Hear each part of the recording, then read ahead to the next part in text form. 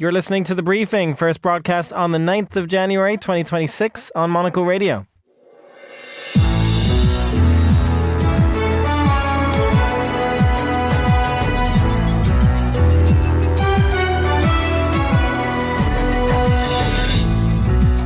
Hello and welcome to The Briefing, broadcasting to you live from Studio One here at Midori House in London. I'm Chris Chermak. Coming up on today's program, we'll look at Russia's reaction to US operations in Venezuela, whether the government in Caracas is really under Donald Trump's thumb, and what ordinary Venezuelans think about all of this. From there to a Memorial Day in Switzerland, which is marking the death of 40 people in Crans-Montana on New Year's Eve, with the presence of leaders from France, Italy and other European nations. And then to Lisbon, which is banning alcohol sales on its streets. Why, oh why, Carlotta Rebello? Noise pollution and complaints from residents seem to be the reason behind the move, Chris. We'll be looking at what the changes will mean for the way Lisboetas hang out with each other. And whether it will really have an effect on noise pollution. Thank you very much, Carlotta. Finally, on today's show, we'll hear about the Consumer Electronics Show in Las Vegas, where, among other things, that is the sound of a microwave, not only cooking your meal, but giving you the recipe to make it. We'll find out more with our technology correspondent, David Phelan. All that right here on The Briefing with me, Chris Chermak.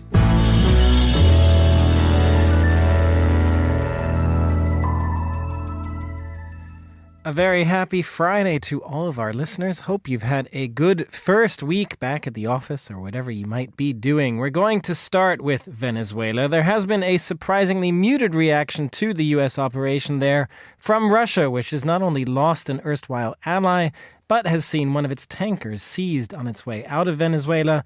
Vladimir Putin himself has yet to comment at all on the American operation and the fact that Venezuela's government, now under Delcy Rodriguez, is expected to do Donald Trump's bidding.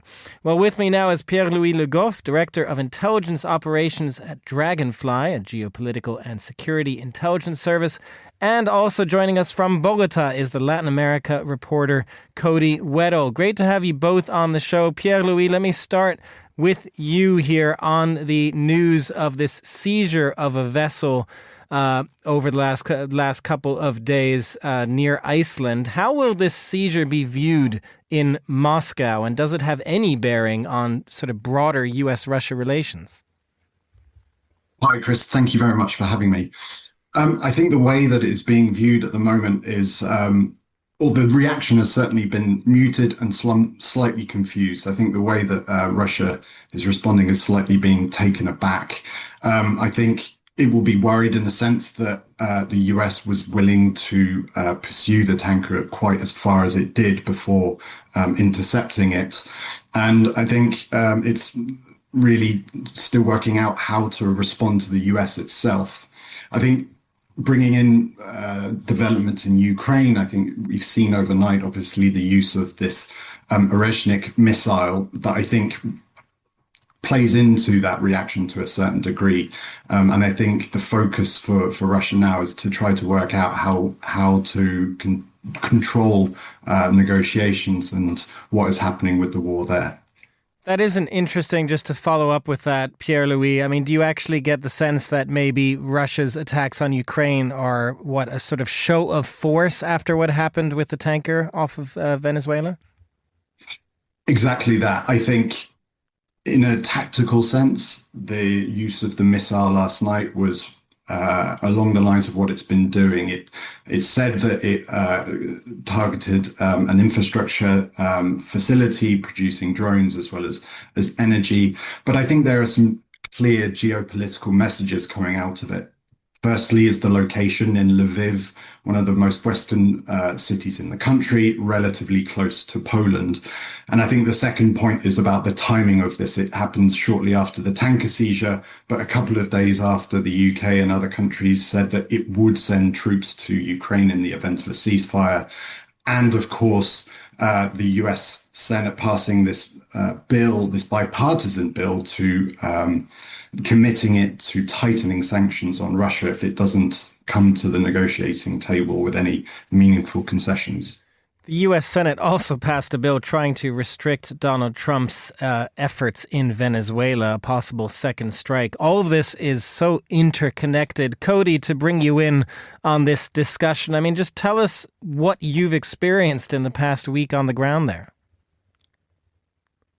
Well, I think first of all, we saw on Saturday after that initial attack, we saw celebrations across Latin America. The Venezuelan diaspora is spread across Latin America. The largest portion of them is located here next door in Colombia.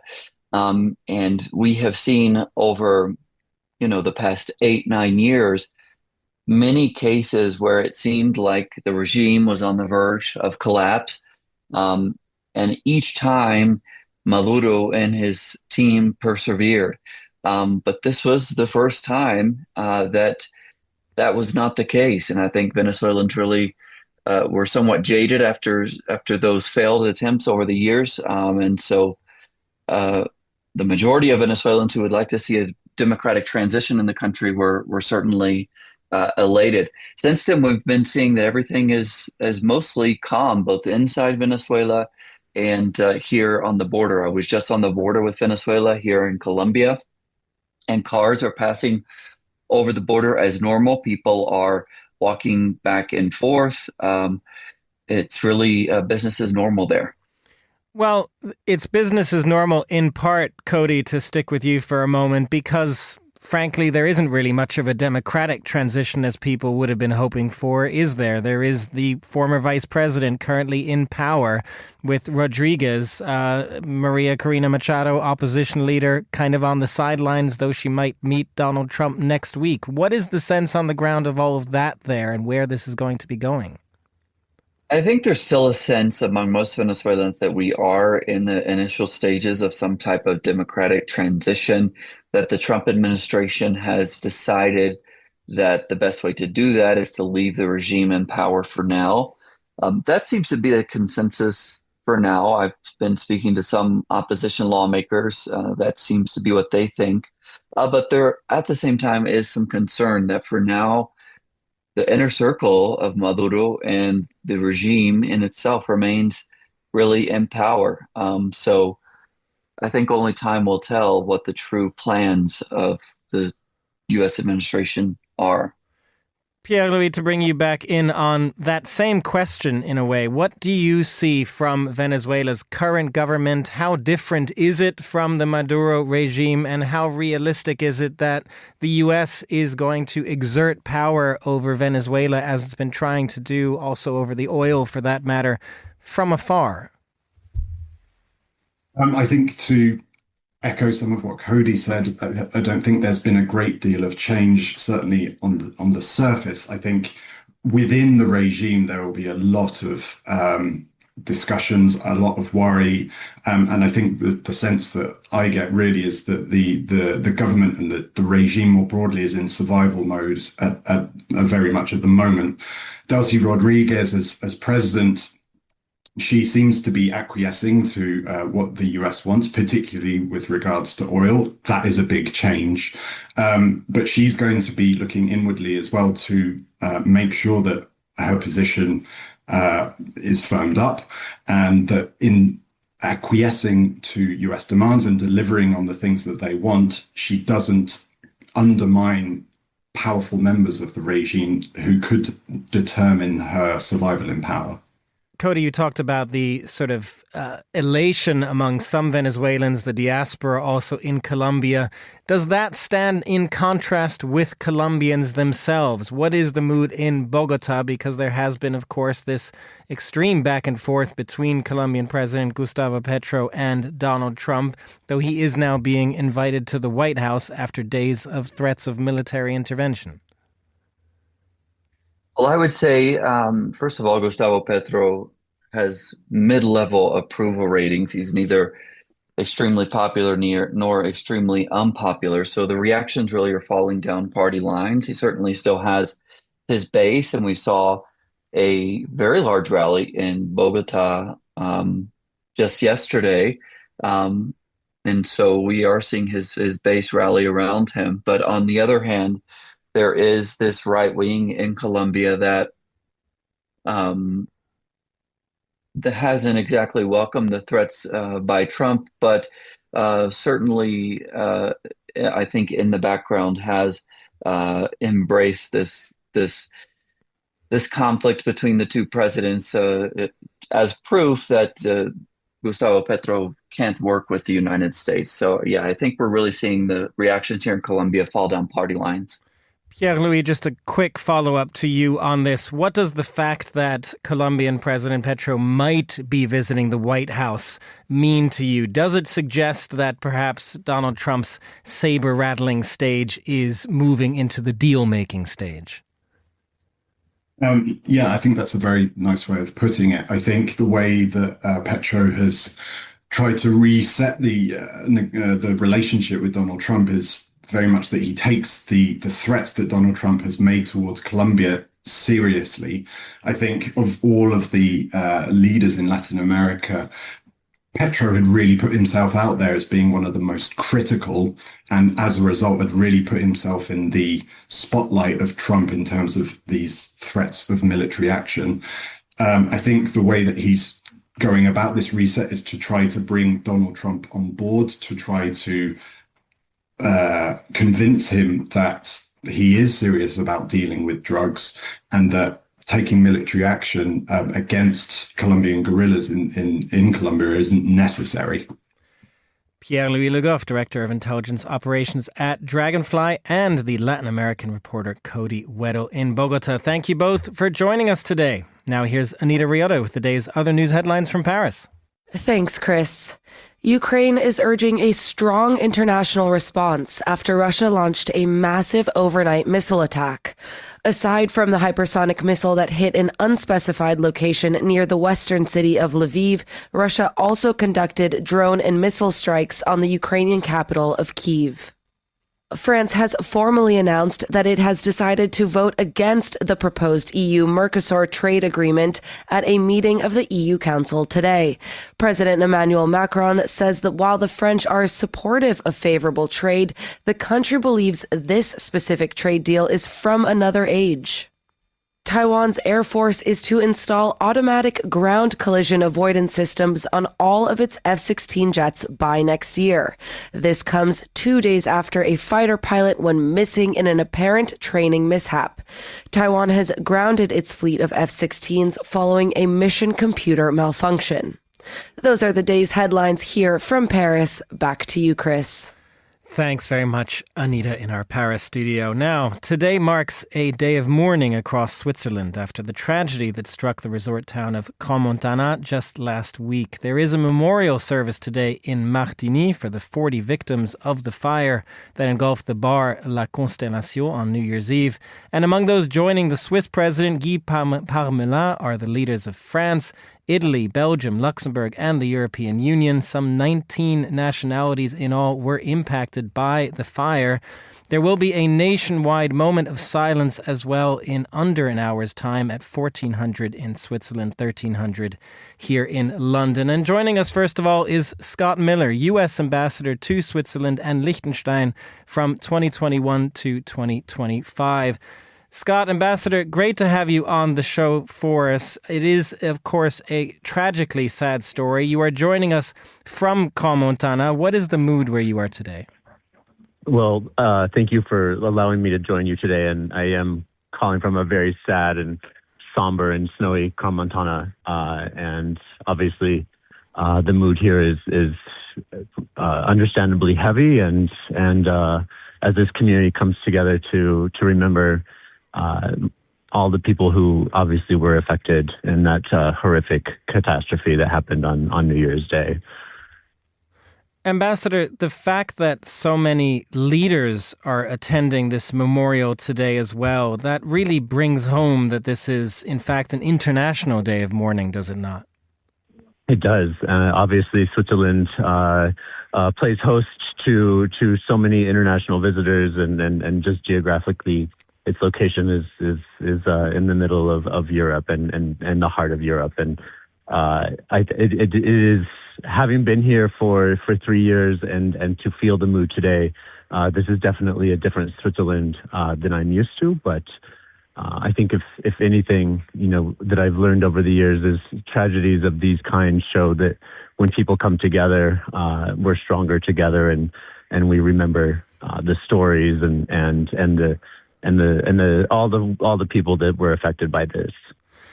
There is a coming together of Montana. Is there also, frankly, Ambassador, a coming together of the diplomatic community in moments like this? Because as an ambassador, you may be American, but of course you've lived in Switzerland, as you say, for 3 years.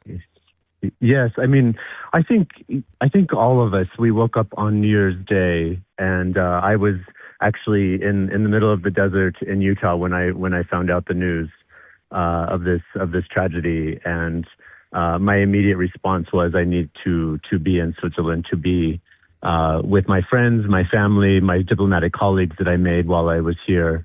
And be here. And I think that's a lot of what the feeling that the diplomatic corps has today. And as well, Ambassador, I'm just curious, being there, how does a place like Montana recover from a tragedy like this? And how might you and others in the international community, for that matter, help it to recover? There's no good recipe for overcoming this kind of grief and tragedy. It's one of those things that families and friends and colleagues and neighbors will have to remember the memory of those impacted. Obviously, there's a tremendous amount of people who were injured, and the community will need to come together to make sure that they get the support and care that they need. But I wish I had the magic recipe for how to get over this. But as an ambassador representing a country that has had a fair share of tragedy itself, all I can say is time and never forgetting. Well, we really appreciate your words on that, Ambassador. Just a final word from you, being in Switzerland. What do you love about it there? What is there not to love about Switzerland? But I think, as I'm reminded today, this country feels everything, no matter what canton it happens in, and as I've been all around this country the last few days, to see the flag at half-staff and for fellow countrymen to be recognizing their countrymen and those who are impacted from Italy, from France, and other countries, it's been really touching. Switzerland is an international country, and it's showing very much today. Scott Miller, former U.S. Ambassador to Switzerland, thank you very much for joining us today from Montana. And listening to that and joining me now from our Zurich studio is Monocle's senior producer, Laura Kramer. Laura, just tell us a little more from your perspective about how Switzerland is marking this day today. Hello, Chris. Well, it's so good to hear you. And I loved what the ambassador was saying there because, as you said, Switzerland is pausing today to mourn because there are more than 1,000 guests in Martigny for the National Memorial Service. And here at Differstrasse 90, we'll also be turning off the music in the cafe, of course, observing it with the rest of the country. So it's definitely a very somber feeling. And I think, though, the way that the media is looking at it now is, of course, they're recognizing the moment that we're going through today, but also they're looking ahead. And the anger really that's kind of in the country right now. Switzerland's reputation, for the strict rules has been openly questioned. Many are asking how a venue that could become so crowded went years without fire safety inspections. And, Crans-Montana, as the ambassador was saying, it's a small place. The resort's permanent population is under 11,000, but during the winter holidays, it can swell to about 40,000. So effectively, it turns from this small village into an international town. And here, prevention has now kind of become at the center of the debate. Across much of Europe, smoke detectors are legally required. For example, in Switzerland, they are not. And since the fire, retailers have reported a surge in people buying smoke detectors and fire extinguishers. So the public awareness is definitely moving. And now the question is about the law, because it's also kind of exposed the limits of Switzerland's federal system. Fire safety rules are set nationally, but enforcement is at the canton level. So there are questions now about when responsibility is spread so widely.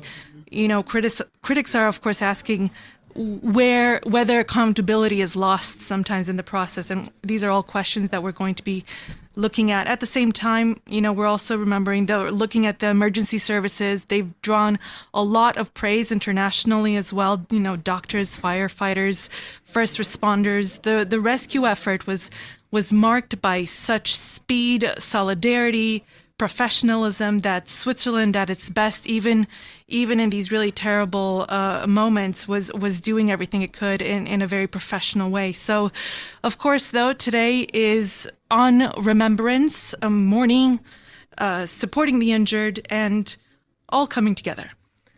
That is, of course, the message for today, and we would invite all listeners to join us in our moment of silence that, as Laura mentioned, will be respected also in Zurich at the Café. Monocle's senior producer, Laura Kramer, in our Zurich studio. Thank you for joining us. You're listening to The Briefing on Monocle Radio.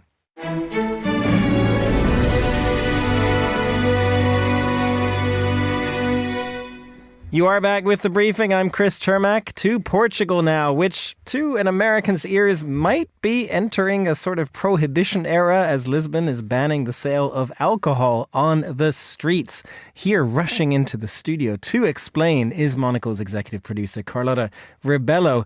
Good to have you here, Carlotta. Hi, Chris. I of course, said that in perhaps a bit of a dramatic fashion. Very American of you. Very American of me.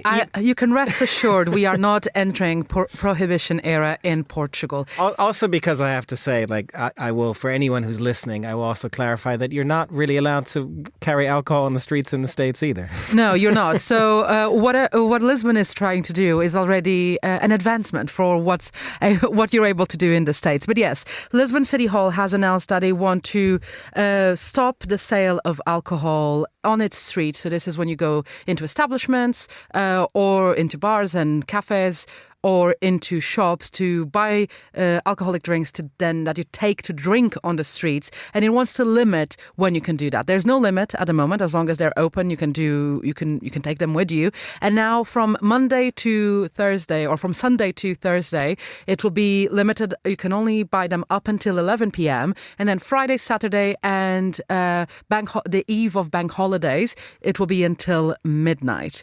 Now, what is interesting here is to understand the cultural significance behind this. Of course, as with a lot of cities, people go out, go to bars, hang out and party within these establishments. But there is a big part of the identity of being Lisboeta, and Portuguese for that fact, that it is you buy some drinks and you just hang out with your friends at one of the viewpoints, at some of the squares, some of the parks, and that's sort of how you catch up if you're not in the mood to go to an actual bar. Or actually, sometimes you just want to hang out in a busy street and you go into a bar, buy a drink and step outside. So this is basically curtailing all of that. And do you really expect this to be enforced? I mean, it is quite a sad thing if, as you say, if this is part of the tradition, going to viewing points and things like that, actually for a drink. I mean, is that going to stop? Well, they have announced that as part of the measure, there will be some hefty fines associated with it, all the way up until 3,000 euros. So that will be the way enforcement happens. Now, what is interesting for me here is what's at the core of this decision. The decision came because there were noise complaints from residents, and we know that is a perennial issue in cities around the world, and there is this concern with noise pollution. But this is not the first time that the measure is being discussed. A couple of years ago, a very similar measure to what was passed now, to what is being discussed now, was put on the table. But back then, it made an exception, which for me is the crucial difference here. It made an exception for the typical neighbourhoods where people go out. So the equivalent of London Soho, for example. So Bairro Alto, Cais do Sodré, some of those neighbourhoods that are going out neighbourhoods. And that was the exception. That's the striking thing, isn't it? Now, because I would have imagined exactly that too. Like, sure, you go out in your local neighborhood right in front of a residential building, fine. But if you're going out in the center. Exactly. And that exception is not present here. And that's what I think now is creating a lot of debate. This is still going to be discussed on the 14th. So it seems almost like a done deal, but there's a slight chance of amendments. But adding that exception would at least relieve some of the pressure for business owners, people who go out. We can't pretend that living in a city doesn't come with noise. This idea of cities as gathering spaces, cities where young people make friends, where you make friendships and meet people who will be with you throughout your life. It is important to allow people to gather.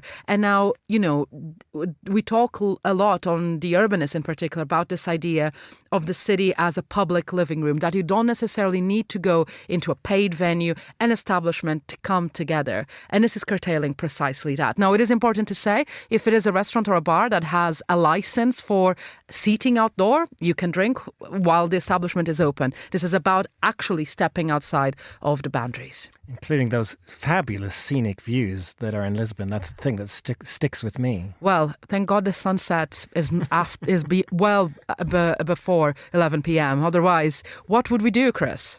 Fair point. Monocle Radio's executive producer, Carlotta Rebello, and producer of The Urbanist. Thank you very much for joining us. You're listening to The Briefing on Monocle Radio.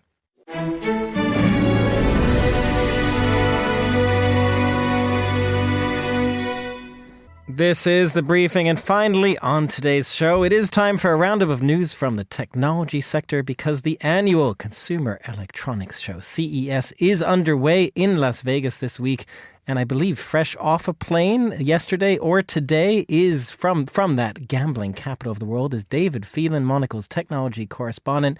You're right here in the studio with me, David. Are you jet lagged? I'm all right today. I got back late yesterday. I'm recovering today. You had a proper night's sleep? You're ready yes, to go? Amazingly that good is. night's Well, Happy New Year to you Thank as well, you, first of all. We're still saying it this week, as I've been telling everybody. Did you lose your shirt over there in Las Vegas? Maybe not on the gambling, but on the gadgets? No, I kept away from the gambling, but I got involved with the gadgets, and there were a lot of them. It's always an incredibly huge show. There's 4 big halls, the size of several football pitches each. And interestingly, this year, Samsung, it was a very big year for Samsung, they didn't go to the convention center at all. They took over a huge part of the Wynn Hotel, one of the nicest hotels in Las Vegas, I'm happy to say, because they wanted to, I guess, show that they had enough to do without being crammed in with everyone else. Huh, interesting. So like their own separate consumer electronics show. Exactly. And they did need the space, not least for one TV, a micro RGB TV. That's a new kind of technology that's just coming on stream, and Samsung is at the forefront of it, which measured 130 inches. Not just is that kind of the size of a wall, but it comes in a frame, a sort of tripod frame if you want, or you can mount it on your wall. But a lot of people will need bigger walls to do that. This is bringing the cinema to your home. Absolutely. And micro RGB uses tiny red, green and blue LEDs, and it means that it's very bright in a way that OLED can't go that bright or anywhere near, and has incredible contrast and colour fidelity as well. It looked amazing. It's obviously that is going to cost tens of thousands of pounds, but they are also now reducing micro RGB in scale as far down as 55-inch and 65-inch TVs, which are common in a number of living rooms already. And what is your sense about whether that will really revolutionize TV or not? Do we need that kind of clarity when it comes to, say, the 55, 65-inch? Well, I think you can never have enough clarity. I hear what you're saying. 4K is not useful, for example, on a 20-inch TV. But if you've got that kind of scale, 55-inch and above, then and it has strong upscaling features so that it can make regular content look as good as it should on a big screen like that. And I think certainly Samsung is pushing it as the future. And I interviewed the guy who's been in charge of Samsung TVs for 20 years, and he is very excited about what it will offer. Well, let's talk about a few other things that were at the Consumer Electronics Show. One thing I understand as well is that it wasn't just about smaller consumer electronics, which you did bring and you will show us in a moment, but there were tractors there? Oh, yes. Yes, there is. They got into automotive recently, CES, and there are whole halls devoted to driverless cars or the latest smart cars. And there's a John Deere stand, and I can't tell you how big these tractors are. The wheels are taller than you, Chris, and you can walk underneath them. These are the things that are ploughing up the crops in massive Midwestern fields. They're not for a small pocket farm in I shouldn't buy them for my little terrace or something. No, exactly. But yes, it is the way CES has grown is extraordinary. It is extraordinary. And another thing that was kind of everywhere, which is everywhere, but therefore also at CES, is AI, as we sort of teased at the outset of this show. You have microwaves using AI now, refrigerators. Yes, and even hair trimmers, so that it can tell you how hard to push to ensure that you get the perfect fade as you get a nice tight cut on your hair. Everything has it, and also the thing is that it was not only built into everything where it didn't need to be, but it was also built into other things where it is. I'm holding this thing called the Plaud. Here comes the gadget portion. This is the Plaud Note Pin S. Now you can see there's a button on the front. If you press and hold that, you'll see a little red light. It'll buzz, and a little red light comes on. That's a recorder, and it's got very good microphones on it, but also hold this towards you. I'm holding it while you speak. Yes, so you have a little can bit hold it wherever you like. It'll pick up anything in this room and a lot further afield. The idea is you can see that it's got a magnetic clip on the back. You can slide that off if you want to. And it comes with other connectors, so that means you can pop it onto your shirt, or you can have a clip on your suit. It also comes with a wrist strap. And then once you've recorded it, it is automatically transferred to your phone, the recording. And then, using AI, it can transcribe and summarize documents. It's great for journalists. It saved me a lot of time transcribing interviews. I was going to say, Monocle Radio's overlords, if you're listening, we could use a few of these. Thank you very much for that, David. I mean, there were so many announcements just finally then. What kind of struck you in that sense? It's a big time for consumer electronics. Yeah, absolutely. There's no holding back. This seemed like a much more confident show than it has done for the last few years. And I think one of the things about it was AI. We've touched on that everyone is going to have it in every product. And a lot of times you thought this is just windiness. It didn't have much value. But it is also going to play a part in allowing gadgets to talk to each other in a way they haven't been able to before. I was even given the example of a Samsung washing machine with AI, which means that depending on where you put it in your room, it can adjust the frequency. It was a tumble dryer of the tumble, so that it makes less noise if you're tumble drying at night. There's just so many applications of AI in these things. It'll be interesting how much of this we want, enjoy going forward. But absolutely. David Phelan, Monocle's technology correspondent, thank you so much for joining us today. That's all the time we have for this edition of The Briefing. It was produced by Tom Webb. Our researcher was Annalise Maynard, and our studio manager was Elliot Greenfield. The Briefing is back on Monday at the same time. I'm Chris Chermak. Have a great weekend, everyone, and thanks for listening.